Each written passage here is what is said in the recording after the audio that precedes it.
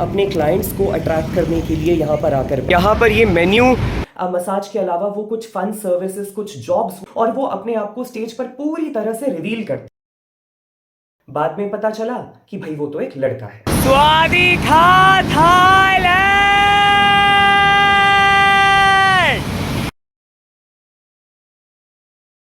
सबसे पहले आप सभी को मेरा प्यार भरा नमस्कार। मेरा नाम है मनीष पांडे और मेरी यात्रा में आप सभी का बहुत बहुत स्वागत है थाईलैंड की राजधानी बैंकॉक से।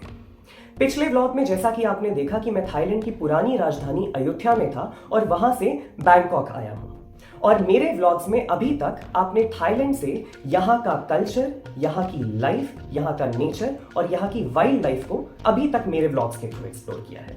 लेकिन पूरी दुनिया से जितने भी टूरिस्ट्स यहाँ थाईलैंड में आते हैं वो मेजरली यहाँ की नाइट लाइफ को एक्सप्लोर करने के लिए आते हैं, और इसी नाइट लाइफ का एक बहुत ही मेजर एस्पेक्ट है यहाँ थाईलैंड का सेक्स टूरिज्म। जी हाँ, यहाँ का ये जो अडल्ट टूरिज्म है या फिर ये जो रेड टूरिज्म है, ये यहाँ की नाइट लाइफ का कितना इंपॉर्टेंट और कितना बड़ा एस्पेक्ट है, यही आज हम इस व्लॉग में देखने वाले हैं।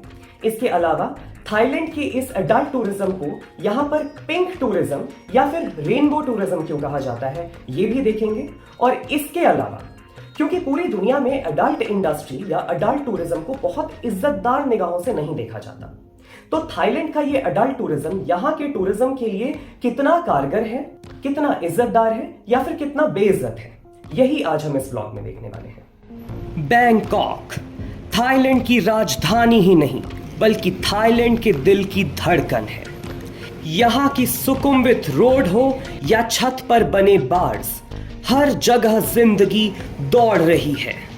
ये एक ऐसा शहर है जो कभी नहीं सोता। शायद इसीलिए इस शहर को साउथ ईस्ट एशिया का एलए भी कहा जाता है।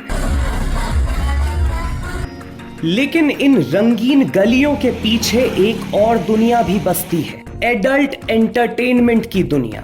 ये देखिए, ये सुखुमवित में ही मेरे हॉस्टल की तरफ को जाने वाली एक रोड है जिस पर बहुत सारे मसाज पार्लर्स पड़ते हैं, और अभी शाम के समय ये मसाज वाली लड़कियां सारे पार्लर से बाहर निकलकर अपने क्लाइंट्स को अट्रैक्ट करने के लिए यहाँ पर आकर बैठ गई हैं। लेकिन इंडिया की तरह ये वैसे बदतमीजी से बात नहीं करते, ये बहुत तरीके से बात करते हैं। आप इनसे एड्रेस पूछ सकते हैं। यहाँ पर रिकॉर्डिंग मना है। मैं व्लॉग बना रहा था तो इन्होंने बहुत प्यार से बोला कि भाई यहाँ पर रिकॉर्डिंग नहीं कर सकते, और इसीलिए मैं मेरे सूटकेस में किसी तरह से ये फ़ोन को छिपा कर अभी यहाँ पर रिकॉर्डिंग कर रहा हूँ। ये देखिए, ये एक मसाज पार्लर है और यहाँ पर ये मेन्यू लिखा हुआ है, लेकिन सिर्फ यही वो मेन्यू नहीं है। ये तो बहुत सुपरफिशियल मेन्यू यहाँ पर डिस्प्ले में है। आप अंदर जाते हैं तो आपको एक और कार्ड मिलेगा जिसमें और डिटेल में चीज़ें हैं।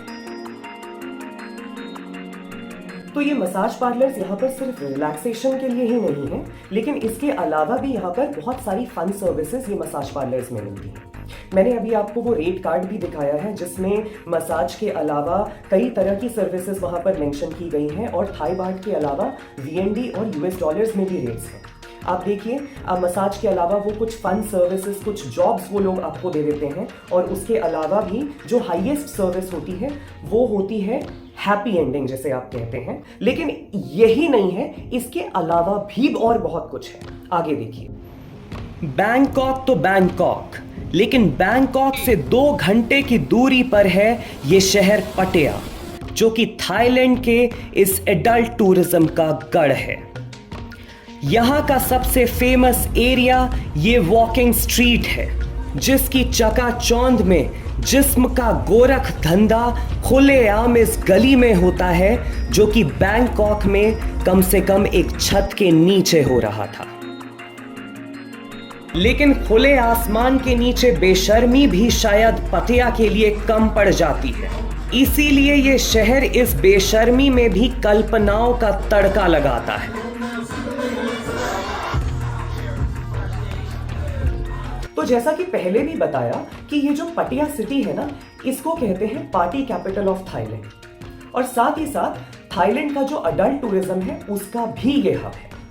तो सारे पार्टी एटमॉस्फेयर के साथ में वो सारे जो क्लब्स होते हैं, बार्स होते हैं, उनके अलावा यहाँ पर कुछ हाईली रिवीलिंग शोज भी कराए जाते हैं। पूरी दुनिया से आर्टिस्ट आते हैं, रशिया से, स्पेन से और काफी जगह से, और वो अपने आप को स्टेज पर पूरी तरह से रिवील करते हैं।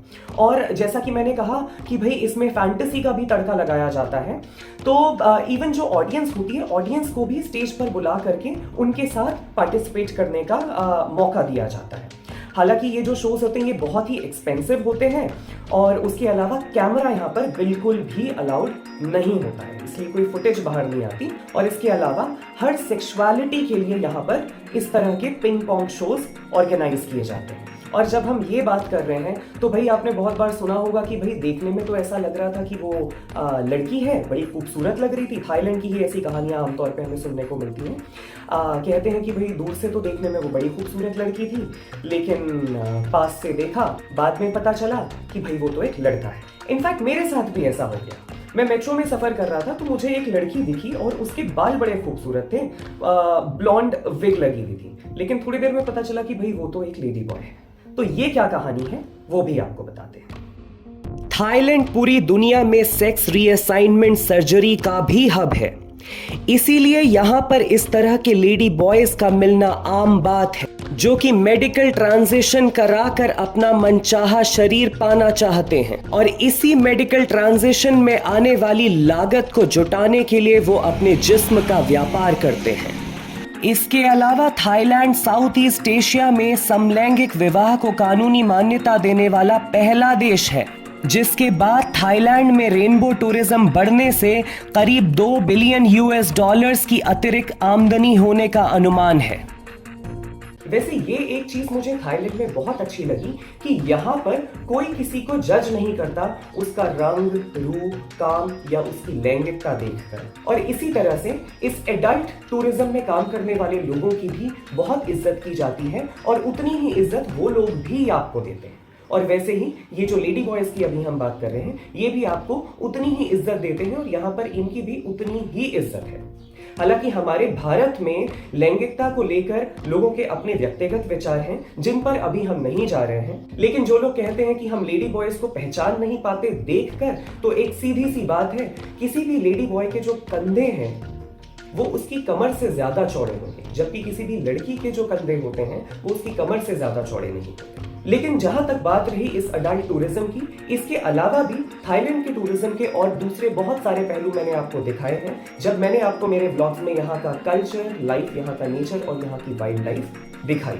और अगर बात करें थाईलैंड के ओवरऑल टूरिज्म की, तो थाईलैंड पूरी दुनिया में लोगों की 8th फेवरेट डेस्टिनेशन है, और हर साल यहाँ पूरी दुनिया से करीब 40 मिलियन लोग टूरिज्म के लिए आते हैं। इंडिया से थाई टूरिज्म को एक्सप्लोर करने के लिए जाने वाले लोगों की संख्या इस टोटल आंकड़े का 19% होती है। पूरी दुनिया थाईलैंड आकर थाई टूरिज्म में करीब $2.54 मिलियन का कंट्रीब्यूशन करती है, जिसमें से 10% आमदनी इस अडल्ट टूरिज्म से आती है।